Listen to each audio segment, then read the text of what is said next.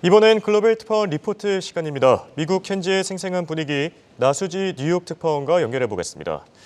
자, 지금 미국의 8월 CPI가 발표됐습니다. 연준의 금리 동결 쪽으로 무게중심이 실리고 있지 않습니까?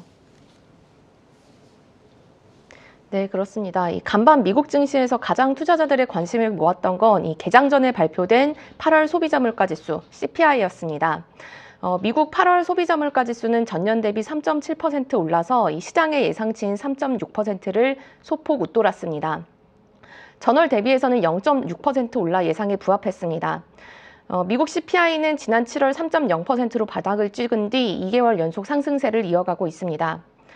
시장이 더욱 중요하게 보는 건 근원 CPI인데요. 이게 변동성이 큰 에너지와 식품 가격은 제외해서 앞으로의 물가 방향을 더 잘 나타내는 지표입니다. 8월 근원 CPI는 전년 대비 4.3% 상승해서 시장의 예상과 같았습니다. 전월 대비로는 0.3% 상승해서 예상인 0.2%를 웃돌았습니다. 항목별로 살펴보면 에너지 가격 상승세가 가장 눈에 띄었는데요. 이 에너지 가격은 전월 대비 5.6% 올라서 이 전체 물가 상승분에서 절반가량을 밀어 올리는 역할을 했습니다. 에너지 중에서도 휘발유 가격이 전월 대비 10.6% 상승했는데 이게 2022년 6월 이후에 가장 큰 폭의 상승폭이었습니다. 주거비는 전월 대비 0.3% 상승했는데 그동안 0.4에서 0.6% 사이에서 오갔던 박스권을 벗어나서 좀 둔화하는 모습을 보였습니다. 운송비는 전달보다 2.0% 상승해서 최근 6개월 기준으로 가장 높은 수치를 기록했는데요. 여름 휴가철로 인한 운임 상승이 영향을 미쳤습니다. 간밤 미국 시장은 CPI 지표를 소화하면서 하루 종일 오르락내리락을 반복했습니다. 다우지수는 0.2% 떨어졌고 S&P 500은 0.13% 상승, 나스닥도 0.29% 상승으로 장을 마쳤습니다. 다음 주 열리는 9월 FOMC에서 금리 동결이 확실시되는 만큼 이번 물가 지표가 시장에는 큰 영향을 미치지는 못한 겁니다. 이날 시카고 상품거래소의 패드워치에서는 9월 FOMC 금리 동결 가능성을 97%까지 높여잡았습니다. 전날에 92%보다 올라서 금리 동결을 확신하는 투자자들이 늘어난 거고요. 시장의 눈은 이제 11월 FOMC에서의 금리 인상으로 옮겨가고 있습니다. 패드워치에서 11월 금리 동결 가능성은 59%로 전날의 55%보다 올라갔습니다. 다만 최근 유가가 브렌트유 기준으로 배럴당 90달러로 웃돌고 있는데 이런 유가 상승세가 계속된다면 9월 물가를 끌어올릴 가능성이 높습니다. 이렇게 되면 11월 금리 인상 가능성 역시 높아지게 됩니다.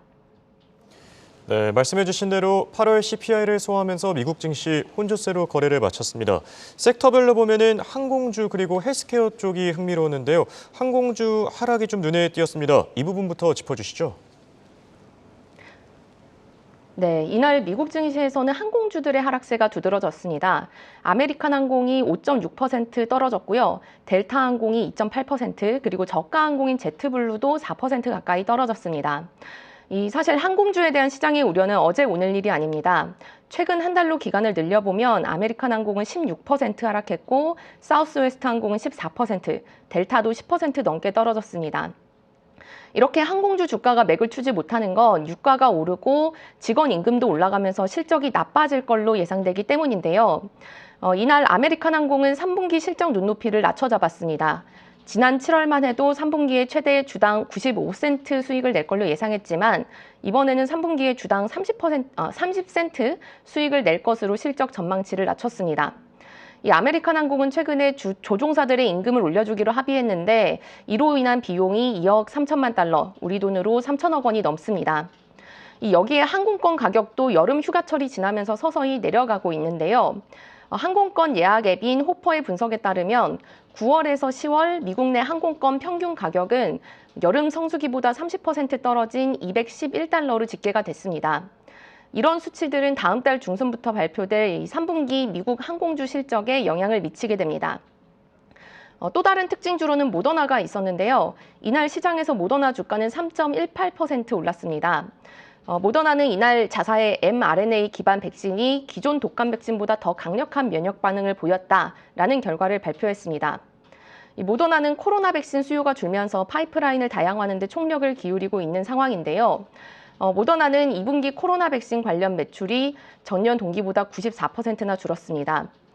모더나는 이날 독감 백신을 비롯해서 암 치료제로 앞으로 5년간 매출이 100억에서 150억 달러까지 매년 추가로 늘어날 것이다 라고 예상을 했습니다.